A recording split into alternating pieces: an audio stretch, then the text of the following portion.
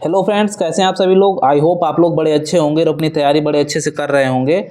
आज हम लोग आव्यूह का प्रतिलोम निकालना सीखेंगे कि किसी भी मैट्रिक्स का इन्वर्स कैसे निकाला जाता है।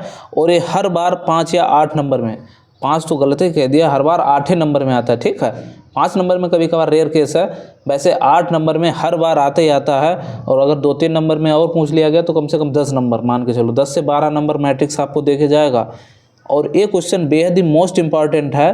कह रहा है यदि ए इक्वल्स टू 133, 143 एंड 134, तो इसमें क्या करना है, इसका इन्वर्स निकालना। ए इन्वर्स मतलब इसका व्युत्क्रम निकालना है और सिद्ध भी करना है कि A into adjoint of A equals to determinant of A into I, मतलब आइडेंटिटी मैट्रिक्स।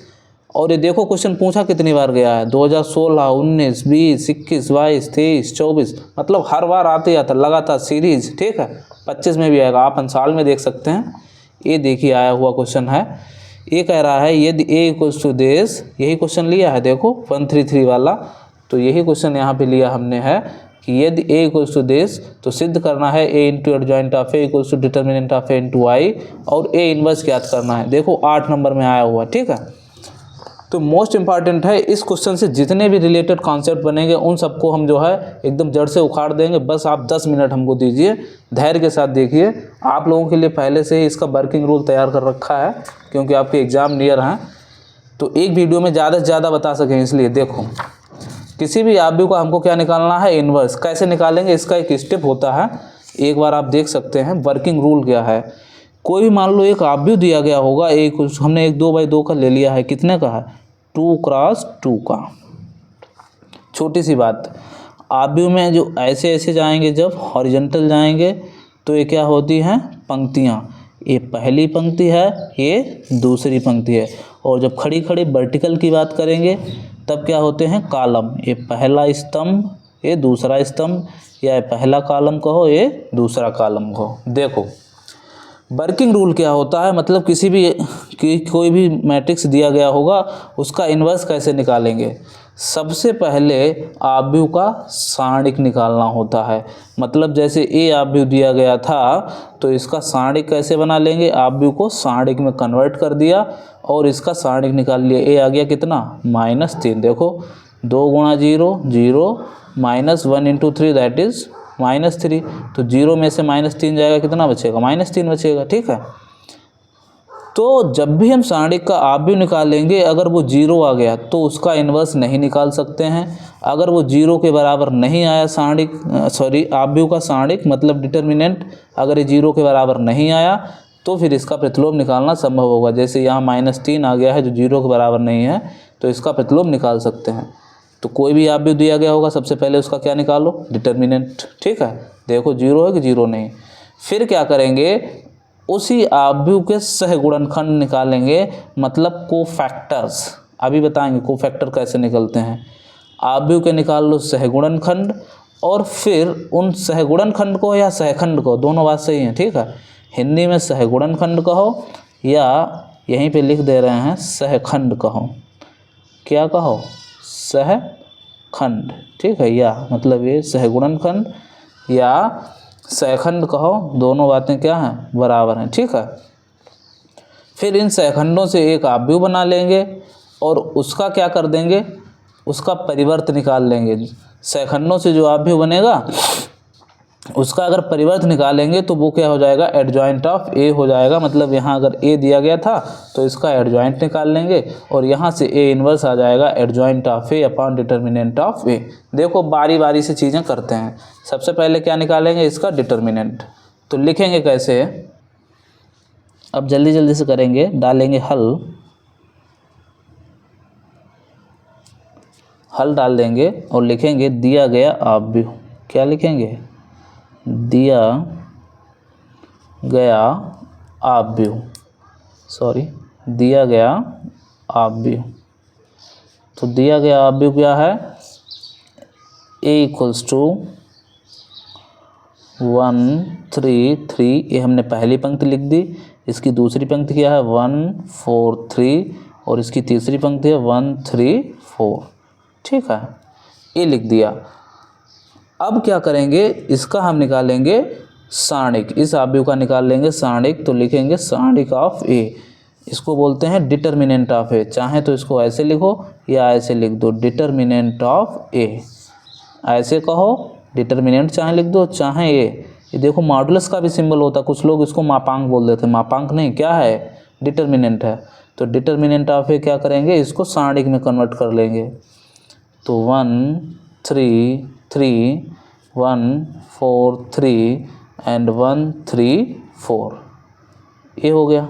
ठीक है, अब इसका सारणिक निकालना बचपन से आता है भैया, कैसे करेंगे, सबसे पहले इस वाले को लिखेंगे 1, फिर जिस वाले हम क्या कर रहे हैं, पहली पंक्ति के सापेक्ष इसका विस्तार कर रहे हैं, तो क्या लिख रहे हैं, पहला एलिमेंट 1, फिर जिस एलिमेंट को लिखते हैं वो वाला कॉलम कैंसिल, और जिसमें वो रो होती है उस वो रो कैंसिल हो जाती है, तो ए वाली रो और ये कॉलम कैंसिल, बस कौन सा गया है, छोटा वाला।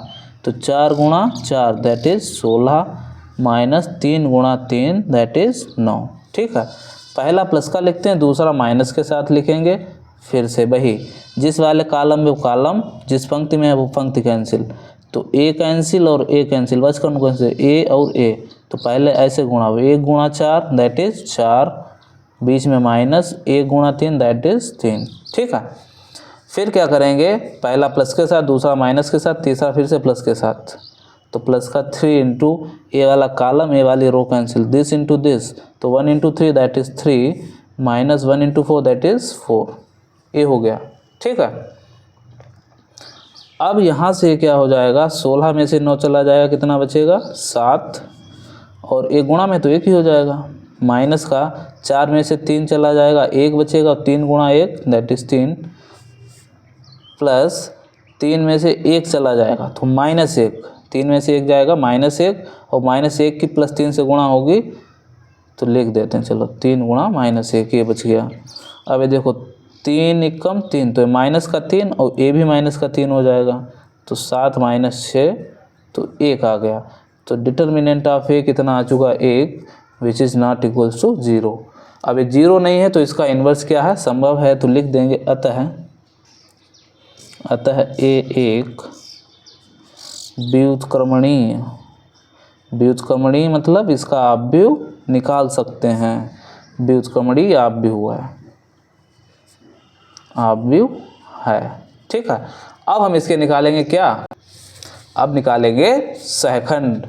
क्या निकालेंगे, सहखंड या सहगुणनखंड निकालेंगे। देखो कैसे निकालते हैं, लिखेंगे आव्यूह, आव्यूह, आव्यूह ए के सहखंड कहो या सहगुणनखंड को, दोनों बात सही है। इंग्लिश में बोलते हैं इसको कोफैक्टर्स, को बोलते हैं कोफैक्टर्स। ठीक है, इंग्लिश में अगर बच्चे समझना चाहें तो आव्यूह ए के क्या निकाल रहे हैं, सहखंड निकाल रहे हैं। अब देखो जो हमारा आव्यूह दिया गया है वो है ए वाला, ए आव्यूह है। अब इसके प्रत्येक अवयव का, इसमें कितने अवयव हैं, 1 2 3 4 5 6 7 8 9, 9 अवयव हैं, तो 9 अवयवों का क्या निकालेंगे, सहखंड निकालेंगे। सहखंड निकालने का तरीका क्या होता है, मान लो हम पहले वाले का निकालेंगे, तो ये देखो इसकी पोजीशन क्या है, इसकी क्या पोजीशन क्या है, तो देखो पहली पंक्ति में है, ये वाला जो 1 है वो पहली पंक्ति में है और पहले कॉलम में है, तो ये हो गया A1 1। एक सेकेंड इसको समझा देते हैं। देखो कोई भी मैट्रिक्स होता है उसमें हर एलिमेंट्स की पोजीशन फिक्स होती है। जैसे ए वाला एलिमेंट A1 1, इसको बोलेंगे A1 2, मतलब पहली पंक्ति का पहला अवयव, पहली पंक्ति का पहला अवयव, ये पहली पंक्ति का दूसरा अवयव। ए, अब देखो पहली पंक्ति, इसको क्या बोलेंगे, पहली पंक्ति, और ए क्या है, दूसरी पंक्ति है।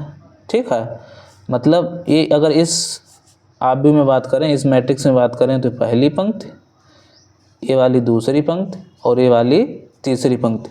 तो ये क्या है, पहली पंक्ति का पहला अवयव, पहली पंक्ति का दूसरा अवयव, पहली पंक्ति का तीसरा अवयव।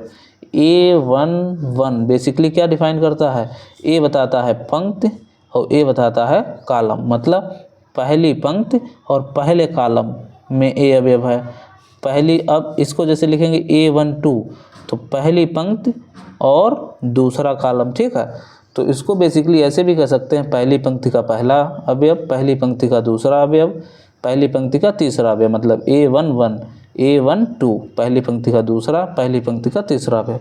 ये बात क्लियर हो गई होगी। अब देखो निकालेंगे कैसे, सहखंड निकालना है, आव्यूह ए के सहखंड। तो आव्यूह ए एक बार हम नोट कर लेते हैं आपके लिए।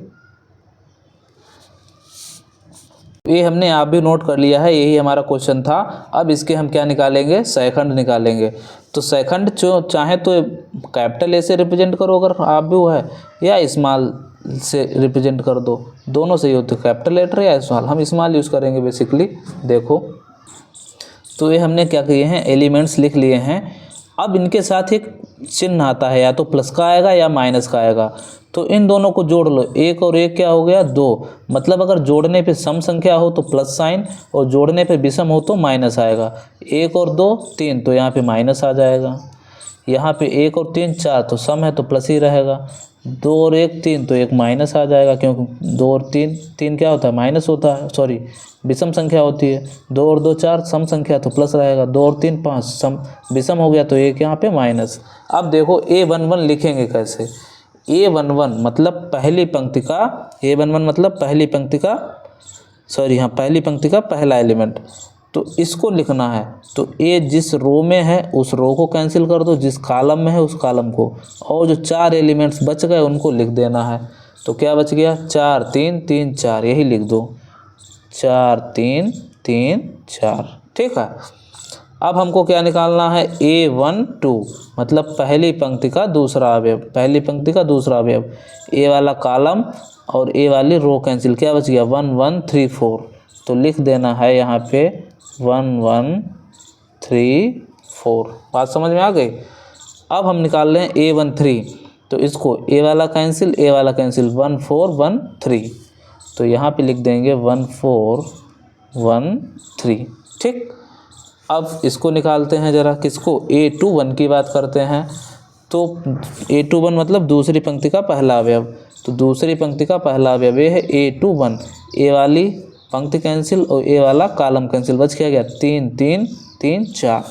तो लिख दो 3 3 3 4।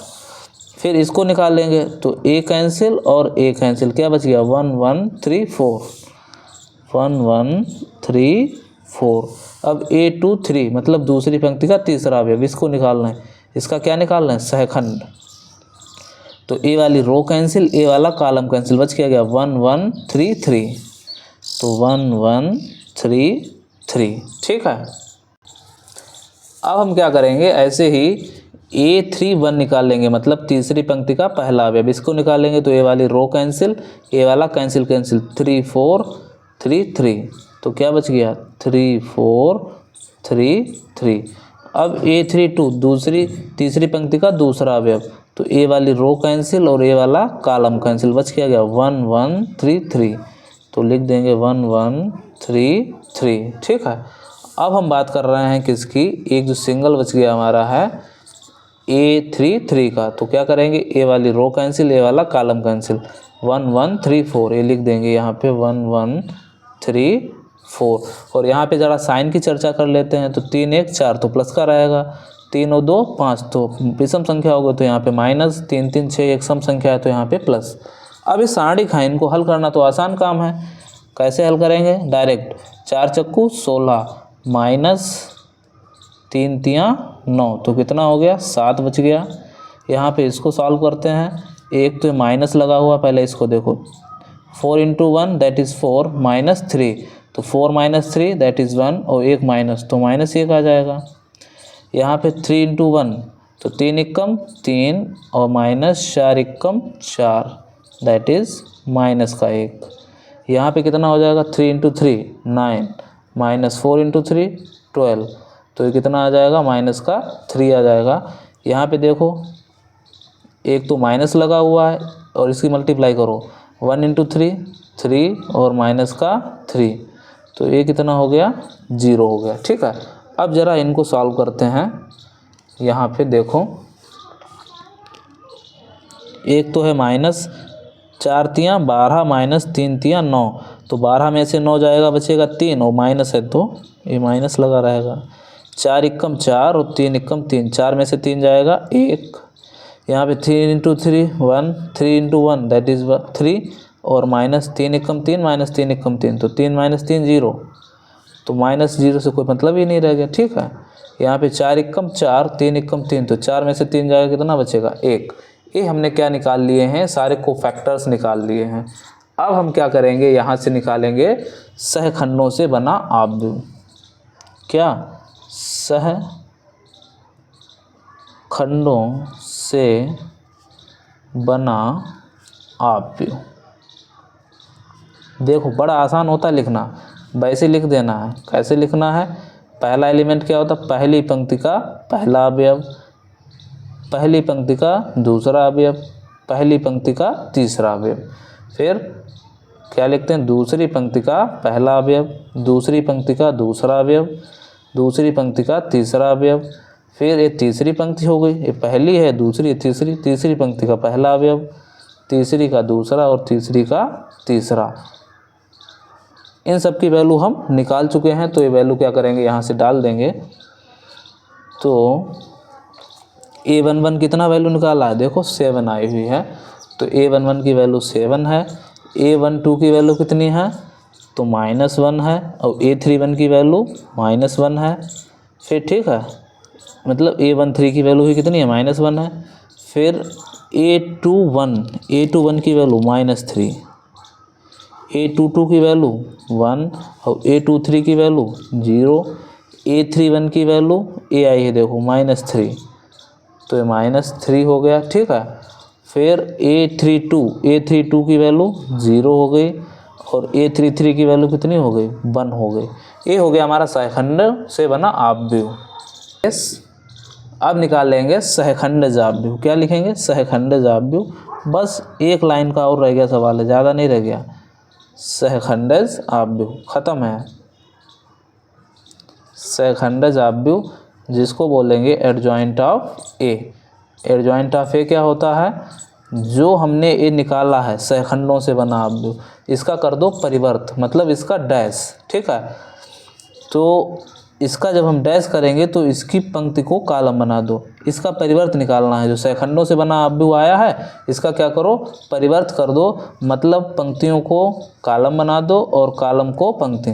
तो पहली पंक्ति ये है, इसको कॉलम बना दो, ये पहली पंक्ति को खड़ा कर दो, तो कैसी हो जाएगी, ये -1 हो जाएगा। पहली पंक्ति ये है देखो, ये पहली पंक्ति है, इसको क्या करो, पहला कॉलम बना दो, तो +1, फिर ये -1 और ये -1।